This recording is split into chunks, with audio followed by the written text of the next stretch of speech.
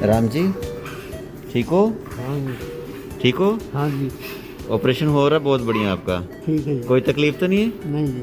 तो जैसे कि आपने इस वीडियो में देखा कि इन पेशेंट की हम मिनिमली इन्वेजिव स्पाइन सर्जरी कर रहे थे और ये अवेक थे, जगे हुए थे अपनी सर्जरी में। फिर इनसे पूछा जाता है कि भाई आप कैसे हो, आपको कोई प्रॉब्लम तो नहीं है? तो ये कहते हैं कि नहीं, मैं कंफर्टेबल हूँ। तो क्या है ये अवेक स्पाइनल सर्जरी या अवेक स्पाइनल फ्यूजन, जिसको लेके काफ़ी इंटरेस्ट है not only in India but even abroad. इस वीडियो में मैं आपको बताऊंगा कि अवेक स्पाइनल फ्यूजन क्या होता है, इसकी क्या इंडिकेशंस हैं, क्या एडवांटेजेस हैं और क्या इसकी लिमिटेशंस हैं।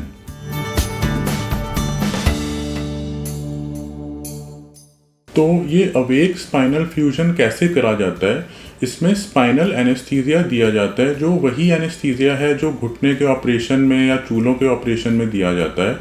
और इससे कमर का हिस्सा और कमर से नीचे का हिस्सा सुन्न हो जाता है, जिससे पेशेंट खुद तो होश में होता है, अपने आप सांस ले रहा होता है, लेकिन उसको अपने ऑपरेशन का पता नहीं लगता। ऑपरेशन के सारे स्टेप्स जैसे decompression, cage insertion, pedicle screw डालना, वो सारे सेम रहते हैं, सिर्फ एनेस्थीसिया का फ़र्क हो जाता है। ऑपरेशन के समय पेशेंट उल्टा लेट के या तो फ़ोन देख रहा हो सकता है या म्यूज़िक सुन रहा हो सकता है, जब तक उसका ऑपरेशन पूरा नहीं हो जाता। काफ़ी बार हमारे पास एल्डरली पेशेंट्स आते हैं, जैसे ये पर्टिकुलर पेशेंट ये 81 ईयर्स के हैं और उनको ये बोला जाता है कि भाई जब आपको हम जनरल एनेस्थीसिया देंगे तो उसके कुछ रिस्क रह सकते हैं, वो चाहे एज रिलेटेड हों या इस वजह से हों कि इनकी जो चेस्ट कंडीशन है वो ख़राब है, या फिर क्योंकि उनके अगर हार्ट में जो इजेक्शन फ्रैक्शन है वो थोड़ा कम है और उनको बोला जाता है कि जनरल एनेस्थीसिया का रिस्क है। तो ऐसे जो पेशेंट्स हैं वो अच्छे कैंडिडेट्स हैं अवेक स्पाइनल फ्यूजन प्रोसीजर के लिए। तो एडवांटेजेस जो अवेक स्पाइनल फ्यूजन के वो ये हैं कि पहले तो जो पेशेंट्स हैं जिनको जनरल एनेस्थीसिया का रिस्क ज़्यादा है लेकिन at the same time spinal surgery की ज़रूरत है, अब हम उन लोगों को स्पाइनल फ्यूजन ऑफ़र कर सकते हैं। सेकेंड ये है कि जो हार्ट रेट और ब्लड प्रेशर की जो वेरिएशन है वो कम रहती है स्पाइनल एनेस्थीसिया में। इसका मतलब हार्ट रेट और जो ब्लड प्रेशर है वो स्टेबल रहता है। तो ये एक एडवांटेज है जिन पेशेंट्स में कुछ हार्ट डिजीज़ है, जिनका इजेक्शन फ्रैक्शन थोड़ी कम है, तो उनके लिए ये एक एडवांटेज है। थर्ड, जो हमको जनरल एनेस्थीसिया में कभी कभी ऐसा होता है कि पेशेंट को बेहोशी से निकलने में काफ़ी टाइम लग गया या बेहोशी के बाद SpO2 कम रह रहा है और हमें ब्रीदिंग एक्सरसाइज वगैरह करनी पड़ी है। सो वो सारी चीज़ें इसमें नहीं है क्योंकि पेशेंट पूरी तरह होश में ही रहा है, तो ऐसी कोई प्रॉब्लम नहीं आती।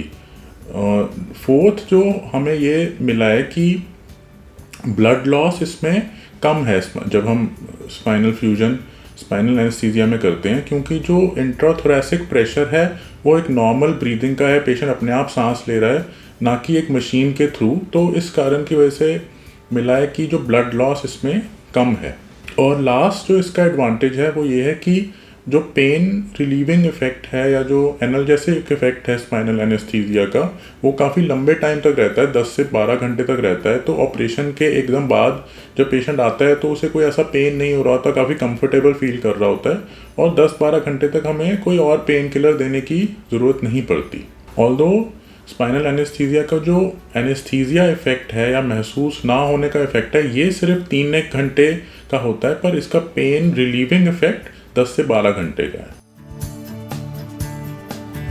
इसके लिमिटेशंस क्या हैं? इसकी मेन 2 लिमिटेशन है। एक तो हमारे पास एक लिमिटेड टाइम है, अराउंड 2.5 से 3 घंटे का, कुछ लोग बोलते हैं 4 घंटे का टाइम है कि इसके अंदर ही ऑपरेशन ख़त्म करना है, क्योंकि इसके बाद इसका इफेक्ट धीरे धीरे जो एनेस्थीसिया इफेक्ट है वो धीरे धीरे चला जाता है। एनाल्जेसिक या पेन रिलीविंग इफेक्ट इसका लंबा रहता है।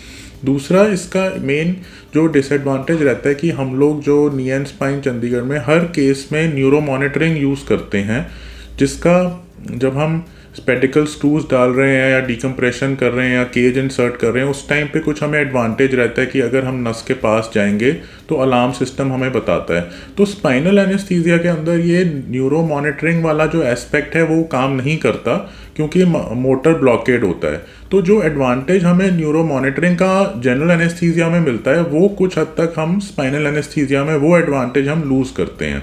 सो अदर देन दैट, जो सिंगल लेवल केसेस हैं जो एल्डरली में, जिनमें हमें ये लगता है कि जनरल एनेस्थीसिया का रिस्क ज़्यादा है, तो वो अच्छे कैंडिडेट्स हैं इस प्रोसीजर के लिए।